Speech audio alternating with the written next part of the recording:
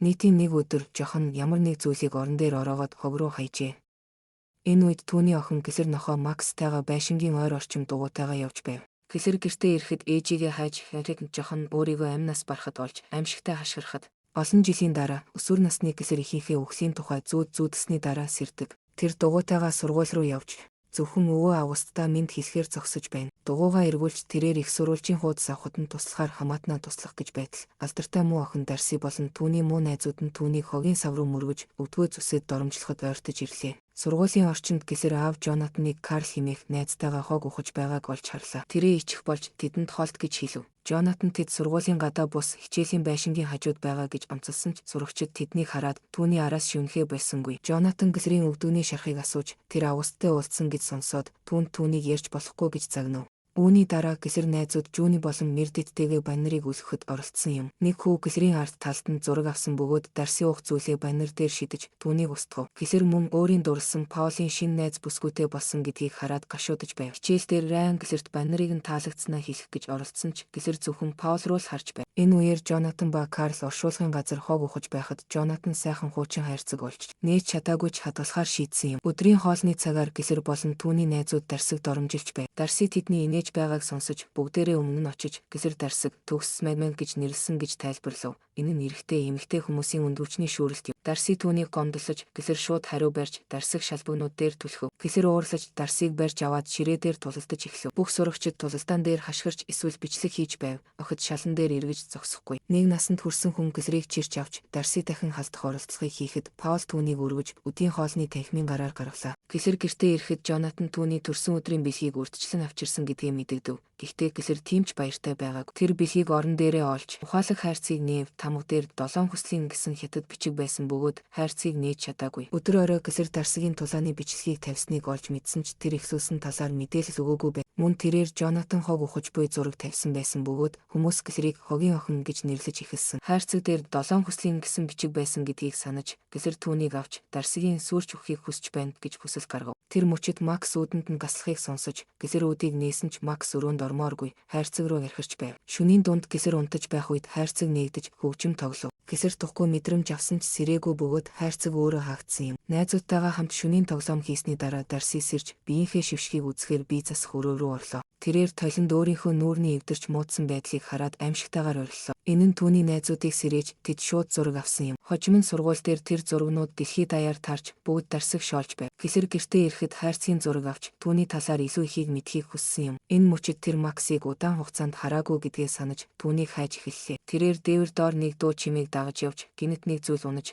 Максийн биений хоолойтой харсан хорхоонууд идэж байв. Үүний дараа Жонатан ба Карл Максыг оршуулах гэж болсон бөгөөд Гэсэр уйлж байв. Дараа нь Гэсэр хятад хэлний багшид хайрцагны зурагнуудыг үзүүлж ойлгоогүй үгсийн талаар асуухад багш нь энэ нь эртний хятад хэл гэдгийг тайлбарлаж судлаачтай очиж асуух хэрэгтэй гэж хэлв. Райан энэ бүхнийг сонсож өөрийнхөө ахтай холбоо барьж туслах боломжтой гэж Гэсэрт хэлсэн боловч тэр татгалзав. Оройн Гэсэр Максыг дурсаж нийтлэл бичиж байсан ч Мердитээс мессеж ирж Полын сошиал медиаг шалгахыг хүсв. Полын зургуудыг үзсэн Гэсэр хайрцгийг авч Пол түүнд галзуурмаар хайртай болохыг хүсв. Өглөө нь Пол найз охиноо үл тоож Гэсэртэй ярилцаж эхэллээ. Хайрцаг хөгжим тоглож байх үед Август ванныг бэлтгэж байсан ч гинэт унаж ванд орж толгоогоо цохиж нас барсан байв. Гэсэр гэртээ очиход Августын үхлийн тухай мэдээ гарахыг харж Жонатан сайн зүйл болсон гэж хэлв. Тэр тусмаа гэр бүл нь Августыг олон жил орхисон тул түүнийг юу ч үлдээсэнгүй гэж бодож байв. Гэсэр өрөөнд орох гэж байгаад аавынхаа авсан хогны зүйлс дээр гიშгсэн бөгөөд түүнийг хог гэртээ авчирсан дуурлаж хашгирсан юм. Ядуурлаас залхсан Гэсэр өрөөндөө гүйж очиод хайрцаг авч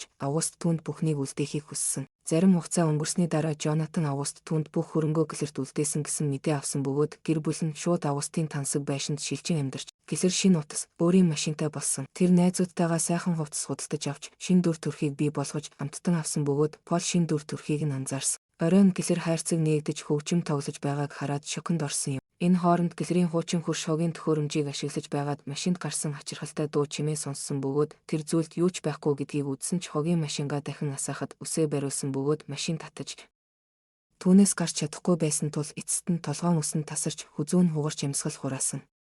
Дараа нь Жонатан Гэсэрт ихийнх нь хуучин зургийг үзүүлж Гэсэр өөрийгөө их шигээ болчихоос айж байсан ч Жонатан түүнд санаа зовлтгүйгээр хамгаалах болно гэж амлав.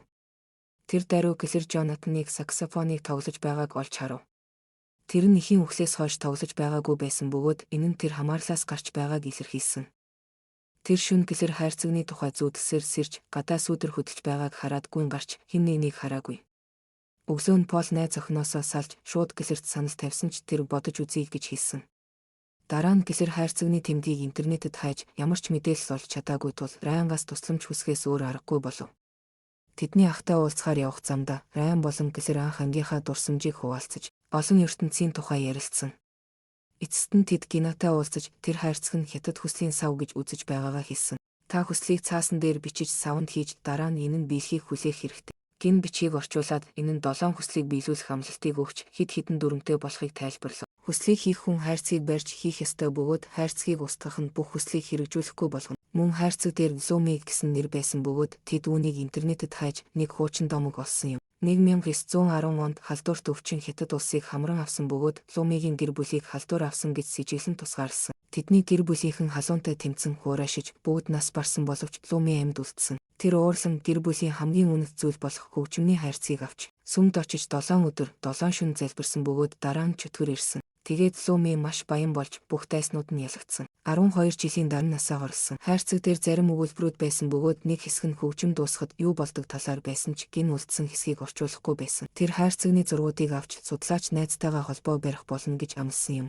Гэхдээ гэсэр гэртээ харж Жонатан дахин хог ухаж байгааг олж хараад уурлаж түүний талыг сонсохоос татгалзаж гэртээ орж хайрцаг аав нь тийм ичгүүртэй байгааг хүсээгүй гэж хүссэн. Тэр шөнө Жонатан хөнгөн саксофоны хөгжимчин болж харагдаж Жүний нүдэнд таалагддаг. Үүний зэрэгцээг гин өөрийн найзуудаас бүрэн орчуулга авч тэр үед хайрцаг нээгдэж шуурга үүсч цахилгаан унтарч гинагийн орон суудсан. Гин балконоос илүү сайн дохио авах гэж явж Райаны утсанд мессеж үлдээн хайрцагны текст намайг айлгаж байна гэсэн хэдий ч хаалга хаагдаж утсаа унгаахад тэр эргэж орон сууцандаа буцаж орно. Харанхуйн улмаас тэр хевсэнцэр дээр гიშгээд үхлийн тагтааны толгойг нь цохиулж амьсгал хурааж нас барсан. Дараа өглөө Райан гинагийн үхлийг олж орчуулгыг олсон бөгөөд тэр хурдхан сургууль руу явж гэсэрт хэлж байна. Үлдсэн текст нь хайрцаг нь цусаар түлхэх ёстой гэж байна. Райан гэсрээс хүсэлт хийсэн үү гэж удаа асууж байсан ч гэсэр хариулт өгөхгүй байсан. Өдрийн хоолны үеэр Пол гэсрийг өөрийн ширээнд суухыг урьсан ч алдартай хүүхдүүд түүнд үзэн яддаг бөгөөд явсан. Дараа нь сошиал медиад өөрчлөгдсөн зураг гарч гэсэр хогоос хаягдсан зүйлсийг авсан мэт харагддаг. Гэртээ очиход гэсэр хайрцгийг авч сургуулийн хамгийн алдартай охин болох хүсэлт тавилаа. Орой Пол гэсрийг үдшилтэд урьж тэр ирэхэд бүгд алга ташиж хүндэлсэн. Нэг хэсэг бүжиглсэний дараа Пол болон гэсэр үнсэлцсэн. Тэр шөнө гэсэр дахин ихийнхээ үхлийн тухай зүүдэлж энэ удаа хайрцагч зүүдэнд нь гарсан. Сэрэхэд гэсэр хэн нэгэн гаднаас түүнийг бичиж байгааг харсан. Гэсэр эргэж мөшгөхийг оролцсон ч тэр хурдан цугтааж чадсан. Гинэт хэн нэгэн түүний ард гарч ирсэн ч тэр нь зөвхөн аав нь байжээ. Гэсэр юу болж байгааг тайлбарлах гэж оролцсон ч тэрээр бүх зүйл хайрцагаас эхэлсэн гэдгийг ойлгож түүнийг салхины хоолой руу нуусан. Дараа нь гэсэр хуучин хөрштөө очиж хаалгыг нь хинч нээгээгүй байсан ч муухай үнэр амтгдсан. Гэсэр дотор орж гал тоогоонд биеийг нь олж харан. Дараа нь сургуульд гэсэр алдартай хүүхдүүдтэй суух боломжтой болсон ч тухгүй мэдэрч Мередит болон Жүнийг хайж явсан бөгөөд тэд гэсрийг өөрсдийг нь орхиж байсан гэдгээр бухимдсан байлаа. Гэсэр тэднийг ойлгуулж өксүүд болон хайрцагны тухай ярьж түүнийг дэмжсэн байгаагаа хэлв. Мередит энэ нь зөвхөн санамсаргүй тохиолдол гэж үзэж гэсрийг уурлаж хорт хавдрыг эмчлэхийн оронд тийм тэнэг зүйл хүссэн гэж буруутгасан. Бахан маргаан мөсний дараа Жүни гэсэрт хайрцгийг хаях нь илүү дээр гэдгийг ойлгуулжээ. Гэсэр гадаа хаях гэж явсан ч Жонатан саксофон тоглож байгааг сонсож эцэст нь түүнийг хадгалахаар шийдсэн. Хожим нь үдшилэг дээр гэсэр Полтой машины дотор үнсэлцэж байхад өөр нэг эмэгтэй хувцсыг олж харсан. Дараа нь Полийн утсыг шалгахад түүний зургуудыг олж энэ нь түүнд гэсрийн цэцэрлэгт нууцаар орж байсан хүн байсан гэдгийг ойлгосон. Үүний зэрэгцээ хайрцаг нээгдэж үдшилэгт болсон гал дээр чимэглэл унаж галын зэргийг харгалзан Жүнийг аюулгүй авч гарсан Мередит амжилттай аварсан. Мөн Жонатан тоглолтондоо очих гэж явж байгаад түүний машинд дугуй таглагдсан. Түүний дугуйг солиход хоёр машин хурдтайгаар өнгөрөхөд Жонатан тэдгээрийг зайлж чадсан боловч гинэт дугуй нь хөдлөн нэг машиныг мөргөж түүнийг бараг толгойг нь хөндөх шахав. Гэвч тэр дугуйг бас зайлж чадсан. Үдшилгийн дараа охид тансаг зочид буудалд орон гэсэр Жүнд хайрцгийг хаяагүй гэдгээ илчилсэн. Мередит лифтэнд сууж байхдаа гинэт зогсож тэр гацдаг. Тэгснээр хэдхэн секундын дотор хаалгаа нээжж дахин хурдан доош унаж эхэлдэг. Кабель тасарч лифт газар унаж Мередитийг амиа алдахад хүрэгдэг. Цагдаа нар ирснээр Жүни Мередитийн үхлийг гэсэрт тохож буруутгадаг. Тэр үед Райан ирж гэсрийг гэртээ аваачиж түүнийг судалгаагаа харуулдаг. Хайрцагтай холбоотой бүх хүмүүс тансаг амжилттай амьдралтай байсан ч тэд бүгд үхэлтэй хүрээлэгдэж олон хүн нууцлаг аргаар өөрсдийгөө амь насыг алдсан байдаг. Жишээ нь галд шатаж зөөрөнд нь логт үүссэн нэг эрэгтэй. Тэдний яриа тасардаг. Гэсэр Полоос 1000 мессеж авдаг бөгөөд түүнийг дахин хамт байхыг хүсэж байгаагаа илэрхийлдэг. Райан түүнд 5 хүсэлт хийсэн гэж сонсоод хашгирч гэхдээ тэрээр гэсэрт хайрцгийг устгахад туслах гэж зөвшөөрдөг. Тэд хайрцгийг галд шатааж балгардаар цогтөгч юу ч болохгүй тул гэсэр дахин үнийг салхины хоолой руу нууж орхино. Тэр шөнө гэсэр дахин аимшигтай зүүднээс сэрж Пол түүний өрөөнд хутгатай орж ирсэн. Тэрээр гэсэргүйгээр амьдрахгүй гэж хэлээд хутгаар үүнийг нотлорч түргэн тусламж дуудсанаар Полыг хурдан авч явсан. Дараа нь гэсэр хайрцаг алга болсныг олж мэд. Тэр үед цагдаа нар ирж тансаг байшин болон бүх мөнгийг авч явдаг. Учир нь Август татвар төлөөгүй байжээ. Гэсэр дахин дугуйгаар сургуультай явж Жонатан хогоор хайдаг амьдралдаа иргэн орсон. Дарси эдгэрч сургууль руу буцаж очиж гэсрийг дахин дарамталж тэр нь өөр нэг сэтгэл санааны хямралд оруулдаг. Тэр өглөө гэсэр Жүний шүүгэнд хайрцаг байгаа гэдгийг олж мэд. Жүний үүнийг хулгайлж бүгдийг хамгаалахын тулд хадгалж байсныг хүлээн зөвшөөрч гэсэр уурлаж үүнийг буцааж аваад гүйж гарсан. Жүний гэсрийг зогсоохоор дагаад тэд хайрцаг дээр тэмцэлдэж гэсэр санамсаргүйгээр Жүнийг шатнаас түлхэж амь насыг нь алдсан. Брайан энэ бүхнийг харж гэсрийг мушгиж тэрээр хайрцгийг өгөхгүй анхааруулгаас татгалзаж байгааг хэлт. Гэртээ гэсэр уурлаж сэтгэл санаагаар хямарсан бөгөөд тэрээр галзуу болж байна гэж мэдэрч байсан. Нилээд уйсны дараа тэр ээж нь өөрийгөө устгаагүй гэж хүсэлтийг тавьдаг. Тэр үед дахин амилсан Жохан гэсрийн өрөөнд орж ирж түүний өмнөх хоёр охиныг танилцуулсан. Гэр бүл гэсрийн төрсөн өдрийг тэмдэглэж гайхалтай сайхан цагийг өнгөрөв. Үдшилхийн дараа гэсэр Жохоныгийн шин зургуудыг үзээд хайрцагны зураг олж энэ нь түүний ээж мөн хүсэлт хийсэн. Түүний өгсөн хайрцгийн буруу байсан гэдгийг ойлгов. Жонатан Карлтай гадна ажиллаж байгааг хардаг.